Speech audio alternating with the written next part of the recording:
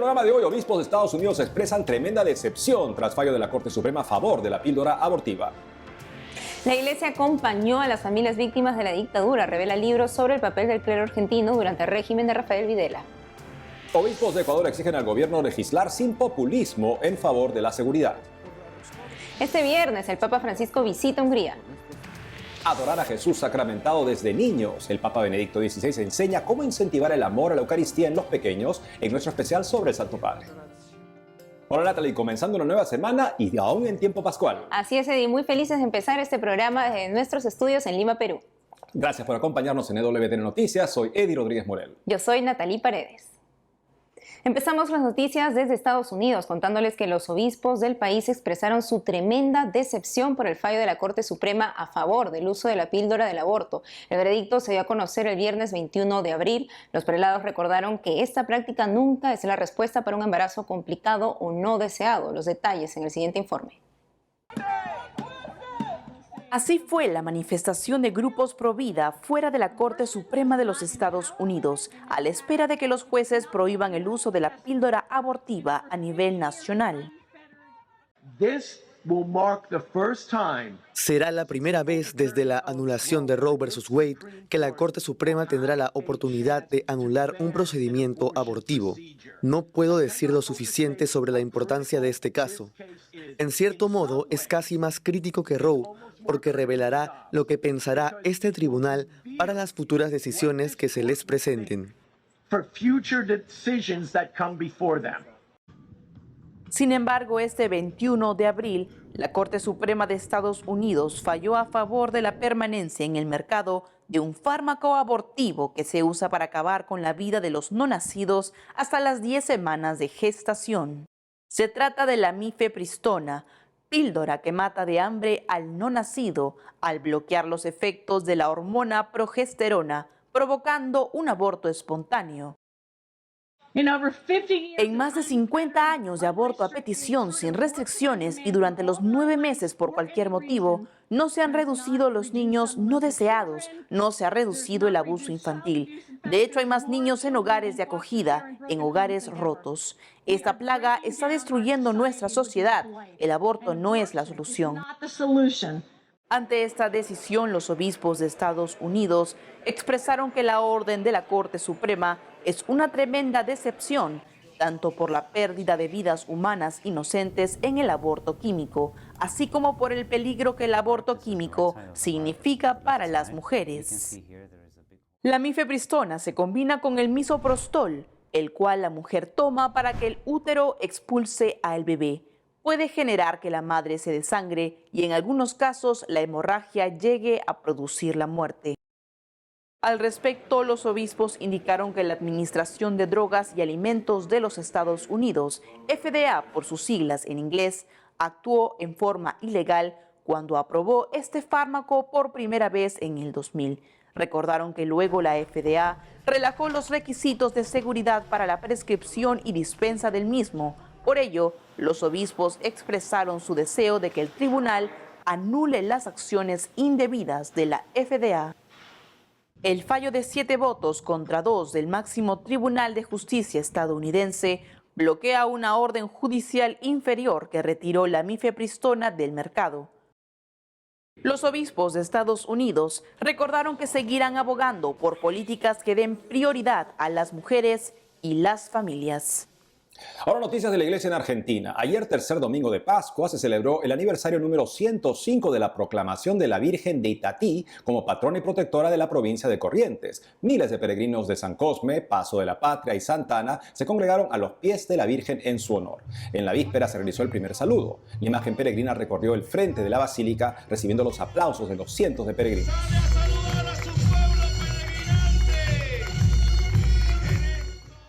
Al día siguiente salieron en procesión las imágenes de los santos patronos de los 3 pueblos y la imagen de la Virgen de Itatí. Más noticias de la Iglesia Católica en Argentina con nuestro corresponsal Matías Boca. En Buenos Aires, desde la Plaza de los Dos Congresos, comenzamos informando que se presentó un libro sobre el papel de la Iglesia Católica en la última dictadura militar aquí, en la República Argentina. Ante una numerosa concurrencia, se presentó en la sede de la Universidad Católica Argentina el libro La verdad los hará libres, que analiza el papel de la Iglesia Católica durante la última dictadura militar en la República Argentina. Se trata de una investigación académica encargada por la Conferencia Episcopal a la Facultad de Teología de la UCA y escrita por los sacerdotes Juan Durán, Luis Liberti y Carlos María Gali, junto a Federico Tabelli, doctor en teología y politólogo. Cabe señalar que la obra consta de 2 tomos con casi 1000 páginas cada uno y está en marcha la publicación de un tercero. Los autores graficaron la época con la metáfora de la espiral de violencia, una violencia estructural y política hasta alcanzar el terror de Estado. El tomo 1 trata de la actuación de todos los miembros de la Iglesia, laicos, consagradas, sacerdotes, obispos individualmente, y su presencia en todo este periodo histórico. El tomo 2 se concentra en el accionar de la Conferencia Episcopal Argentina y la Santa Sede, o sea, el episcopado y el papado, en el periodo ya más enfocado de la dictadura militar 76-83. Y ahí aprovecha archivos que hasta ahora no se conocían, tanto del episcopado como de la Santa Sede, y que fueron desclasificados para nuestra obra. El lector va a encontrar muchísimas novedades, tanto sobre la historia de la Iglesia Argentina como de la historia argentina de aquel periodo. Dios está en el que sufre, en el que ayuda con amor al que sufre. Entre otra información, se llevó a cabo la fiesta grande de San Expedito en el barrio porteño de Valvanera. El santuario de San Expedito volvió a recibir a un gran número de peregrinos que acuden al templo para pedir y agradecer al patrono de las causas justas y urgentes, y que este año fue acompañado por el lema San Expedito, queremos vivir la unidad hoy. La misa central fue presidida por Monseñor Gustavo Carrara, obispo auxiliar de Buenos Aires y vicario pastoral para las villas de emergencia. En la homilía, el prelado pidió apostar para una mayor fraternidad y amistad social, cuidar a los más frágiles y una mayor unidad para el pueblo argentino. Nos damos cuenta que el mundo está fragmentado por la violencia, por la guerra, por el egoísmo, por la indiferencia. Entonces invitamos a todo el pueblo argentino, a todos los devotos de San Expedito, a vivir en unidad, a crecer en la unidad, en el espíritu de servicio. San Expedito le quiere decir a todos sus seguidores, a todos sus amigos, a todos sus devotos, que tenemos que descubrir en el rostro sufriente de nuestros hermanos a Jesús que está muerto y resucitado. El mensaje para todos los devotos y amigos de San Expedito es descubrir a Cristo en el hermano que sufre y acercarnos y tender una mano. En Buenos Aires, Matías Boca, EWTN Noticias. Ahora nos vamos a Ecuador. Ahí la iglesia salió al frente debido a la crisis política, económica y las consecuencias de los fenómenos de la naturaleza. Escuchemos el pedido al gobierno en nombre del clero por parte del presidente de la Conferencia Episcopal, Monseñor Luis Cabrera. Exigimos en nombre de Dios a los violentos que abandonen las armas, que no maten a sus hermanos ni los extorsionen. La vida humana es sagrada. Demandamos políticas públicas que favorezcan la paz, el diálogo, el Estado de Derecho, la seguridad pública, la inclusión de todos. Deben evitarse medidas populistas que en lugar de enfrentar los problemas del país, lleven a una mayor violencia y desintegración. Pedimos a los líderes sociales y políticos a dejar de lado sus intereses personales e ideológicos y a velar por el trabajo, la salud, la educación, la seguridad del pueblo ecuatoriano. Es una traición que se legisle, se imparta justicia y se gobierne de espaldas a las grandes aspiraciones de los más pobres. Apoyamos las iniciativas de paz de las organizaciones civiles, religiosas y académicas, como también de las instituciones estatales. Todos estamos en la misma barca. O nos hundimos o nos salvamos juntos. Ratificamos nuestro firme compromiso de seguir trabajando por la reconciliación y la paz, basadas en el respeto a la vida, la libertad, la verdad, la justicia, la equidad y los derechos humanos. Y ahora noticia desde el Vaticano. El Papa Francisco visitaría su país, Argentina, después de las elecciones presidenciales de octubre de 2023, según el diario La Nación. Por el momento, su agenda de viajes apostólicos tiene otro destino para esta semana. Sobre eso y más informó luego del rezo del Regina Coeli el último domingo en la Plaza de San Pedro. Al final del rezo del Regina Coeli del domingo 23 de abril, el Papa Francisco confió a las oraciones de los fieles su próximo viaje apostólico que realizará a Hungría del 28 al 30 de abril. Con esta visita apostólica, el obispo de Roma completará el viaje realizado en el 2021 con motivo del Congreso Eucarístico Internacional. Será una oportunidad para volver a abrazar a una iglesia y a un pueblo muy queridos. Será también un viaje al centro de Europa, sobre la que siguen soplando gélidos vientos de guerra, mientras que los desplazamientos de tantas personas ponen en el orden del día urgentes cuestiones humanitarias. Pero ahora deseo dirigirme con afecto a ustedes, hermanos y hermanas húngaros, a la espera de visitarlos como peregrino, amigo y hermano de todos. Durante los 3 días que permanecerá en la capital húngara, que ha vivido guerras y ocupaciones y que desde el 24 de febrero del 2022 es testigo de un flujo ininterrumpido de refugiados procedentes de Ucrania, el Santo Padre se reunirá con autoridades civiles y políticas, entre ellas la presidenta Katalin Novák, la primera mujer en llegar al cargo. También se encontrará con el primer ministro Viktor Orbán, así como con los obispos y cardenales refugiados y desplazados, entre ellos varios ucranianos, jóvenes, niños, enfermos y representantes del mundo de la ciencia y la cultura. El programa incluye también un encuentro con la numerosa comunidad greco-católica del país, cuyos representantes ofrecerán su testimonio durante los diversos eventos. Los 6 discursos del Papa, todos en italiano, tocarán los temas de la unidad de Europa, el futuro de los jóvenes, el diálogo ecuménico, el aliento a una iglesia que ha vivido periodos de persecución y, por supuesto, el drama de la guerra y el llamamiento a la paz en una nación que comparte 135 kilómetros de frontera con la martirizada Ucrania. La situación sociopolítica en Sudán del Sur, que es cada vez más crítica, sigue preocupando al Papa Francisco al renovar su llamamiento en una plaza de San Pedro a la que se dieron cita unas 40.000 personas. Rimane purtroppo grave. La situación en Sudán sigue siendo grave, desgraciadamente. Por eso, renuevo mi llamamiento para que cese cuanto antes la violencia y se retome la vía del diálogo.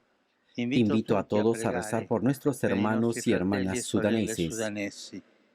El sucesor de Pedro aludió al Día Mundial de la Tierra, celebrado este sábado 22 de abril, y deseó que el compromiso por el cuidado de la creación vaya siempre unido a una solidaridad efectiva con los más pobres. En un tuit, Bergoglio subrayaba: el libro del Génesis nos dice que el Señor encomendó a los seres humanos la responsabilidad de ser custodios de la creación. Por eso el cuidado de la tierra es una obligación moral para todos los hombres y mujeres en cuanto hijos de Dios. Ahora escuchemos a otro argentino, el padre Javier Olivera. Nos explica en qué pecados están cayendo los obispos alemanes al proponer cambios en la doctrina en el llamado Camino Sinodal Alemán. En marzo, los obispos alemanes aprobaron polémicas propuestas de cambios en el catolicismo. El padre Olivera fue uno de los sacerdotes invitados en el nuevo programa de EWTN Perspectiva Católica. Veamos. Los obispos, alemanes o no alemanes, cuando dicen estas cosas en público y la afirman y la mantienen con pertinacia, aún bajo un pequeño reto que puede traer de arriba, están cayendo al menos en 2 pecados muy graves, que uno es la herejía y otro seguramente el cisma, que son pecados que tienen una pena aneja en derecho canónico, que la excomunión, o sea, la herejía o el cisma o la apostasía, si el padre Santiago o el padre Nelson o yo, que somos curas, dijésemos de modo pertinaz algo contra la fe públicamente y lo mantuviésemos y nos corrigen y nos mantenemos, yo caigo en el pecado de herejía o en el pecado de cisma. Vamos a una pausa y al volver, adorar a Jesús sacramentado desde niños. El Papa Benedicto XVI enseña cómo incentivar el amor a la Eucaristía en los pequeños, en nuestro especial sobre el Santo Padre. Hoy es la fiesta de San Fidel de Sigmaringa, mártir capuchino alemán. Le contamos su vida. Ya volvemos con más noticias con Enfoque Católico.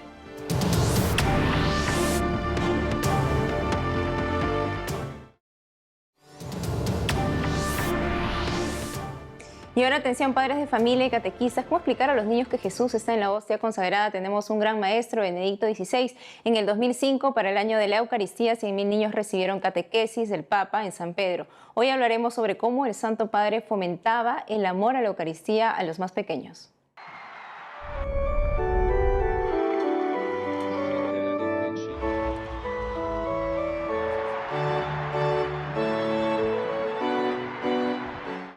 Estamos conectados desde España con Monseñor Alberto José González, quien fue oficial para la Congregación de los Obispos en Roma y nombrado por Benedicto XVI como capellán de su santidad en 2011. Monseñor, es un gusto tenerlo siempre con nosotros en el programa. Coméntenos qué les dijo el Papa Benedicto XVI a los niños sobre la importancia de la primera comunión.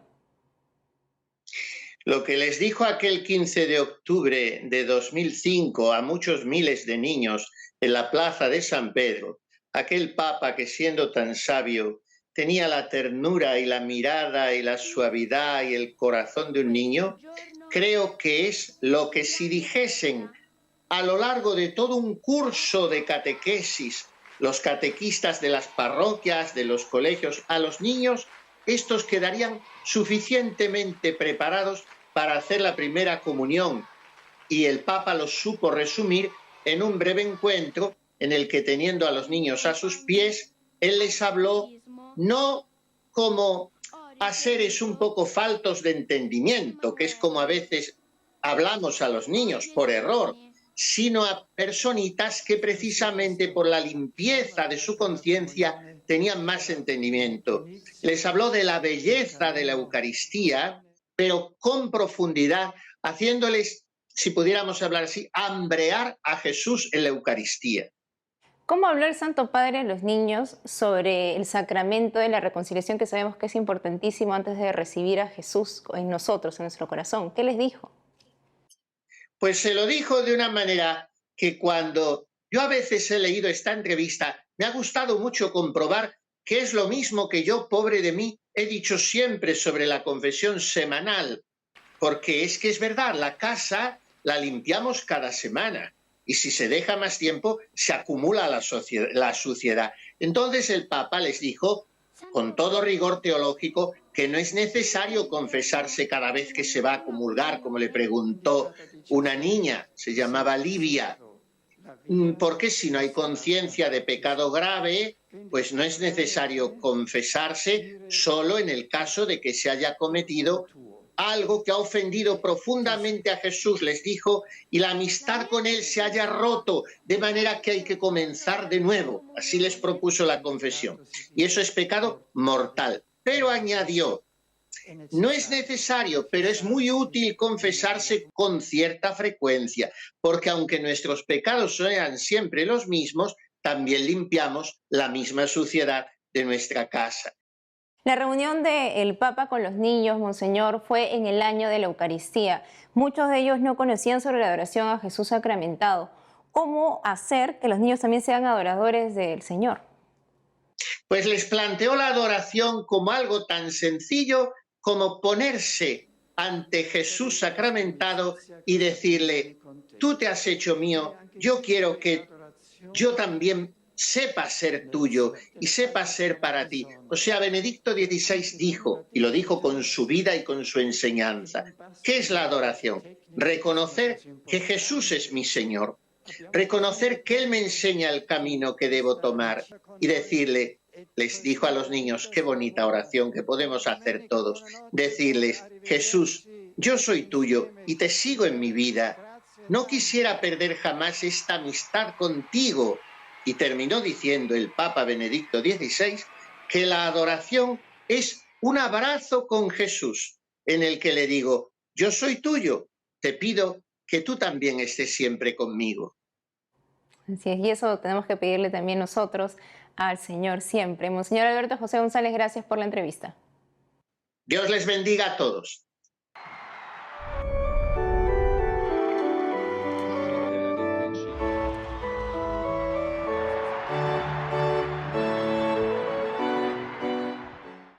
Como cada 24 de abril, la Iglesia Católica celebra a San Fidel de Sigmaringa, sacerdote capuchino alemán, primer mártir de la Sagrada Congregación de Propaganda Fide, rebautizada por San Juan Pablo II como Congregación para la Evangelización de los Pueblos. El padre Antonio María Domènech, párroco de Nuestra Señora de la Asunción en Cuenca, España, nos cuenta más sobre el santo.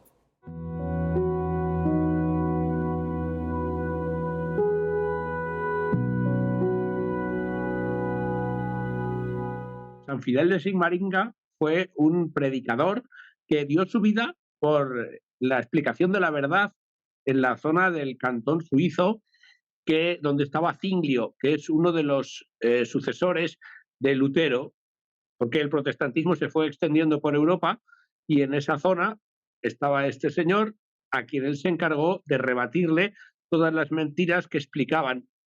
Y destacó mucho, él es sucesor de españoles, su apellido era Rey, y destacó mucho en el estudio del derecho canónico.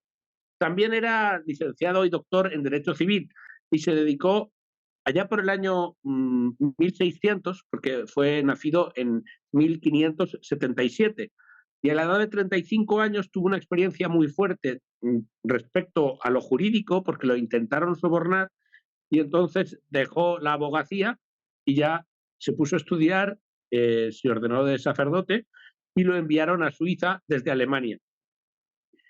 También le han llamado el abogado de los pobres por este hecho que he dicho de que ayudaba a las personas que no tenían dinero a defenderse.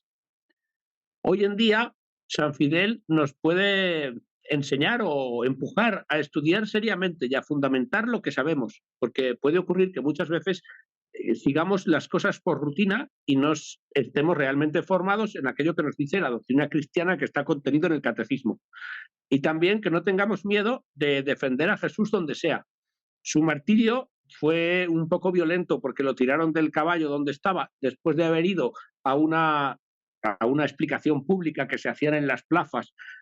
Como no había televisión, pues se hacían los debates públicamente y el protestante suizo quedó derrotado y entonces lo siguieron, lo tiraron del caballo y lo mataron a puñaladas. Entonces es también mártir de Jesucristo porque dio su vida por él y también nos invita, aparte de a formarnos bien, a ser capaces de dar nuestra vida por los demás, si no del todo, por lo menos día a día, defendiendo la verdad y sin ponernos de perfil, que muchas veces eso ocurre. También ayudó mucho en la peste que entonces se extendió por la zona.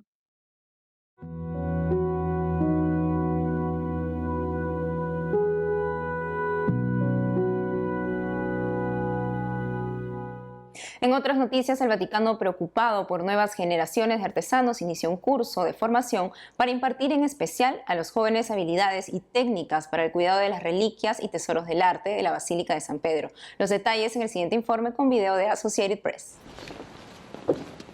Son 20 los jóvenes escogidos para formar parte de la nueva Escuela de Artes y Oficios del Vaticano.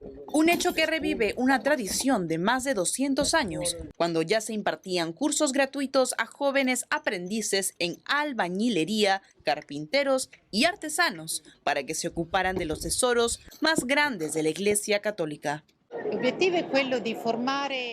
El objetivo es formar jóvenes artesanos, enseñarles materias y oficios que ya nadie conoce, que están desapareciendo y tradiciones que no queremos que se pierdan. Entonces, como se hizo en el pasado, la fábrica de San Pietro estará disponible para que las generaciones más jóvenes transmitan la experiencia, el arte y el saber que se ha adquirido a lo largo de 5 siglos de historia.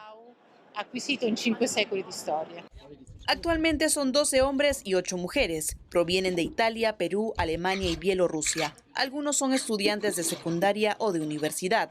Otros son desempleados o tienen trabajos de medio tiempo. Los jóvenes aprendices asisten a conferencias, participan en talleres prácticos y aprenden varios oficios y habilidades técnicas, actividades que corresponden a una pasantía no remunerada de 6 meses. Miguel Ángel vivió en estos lugares, paseó por esta basílica, por la nave, entró en los lugares ocultos que no ve el visitante promedio. Nosotros entramos en esos lugares, hemos bajado las escaleras de Bramante, hemos subido las terrazas de la basílica, hemos trabajado en los lugares deseados y diseñados por Miguel Ángel, donde se subía a los andamios para ver las obras con su burrito que llevaba a alturas increíbles para la época, con materiales, con trabajadores que estaban aquí y siguen estando aquí en la basílica. Los estudiantes que completen el curso también recibirán un certificado. No existe la garantía de un futuro empleo en el Vaticano, según describieron los organizadores a Associated Press, pero un milagro podría ocurrir. Y eso es todo por hoy, amigos. Gracias por haber estado con nosotros. Ya saben que pueden seguirnos en nuestras redes sociales y en ewtnnoticias.com. Hasta mañana.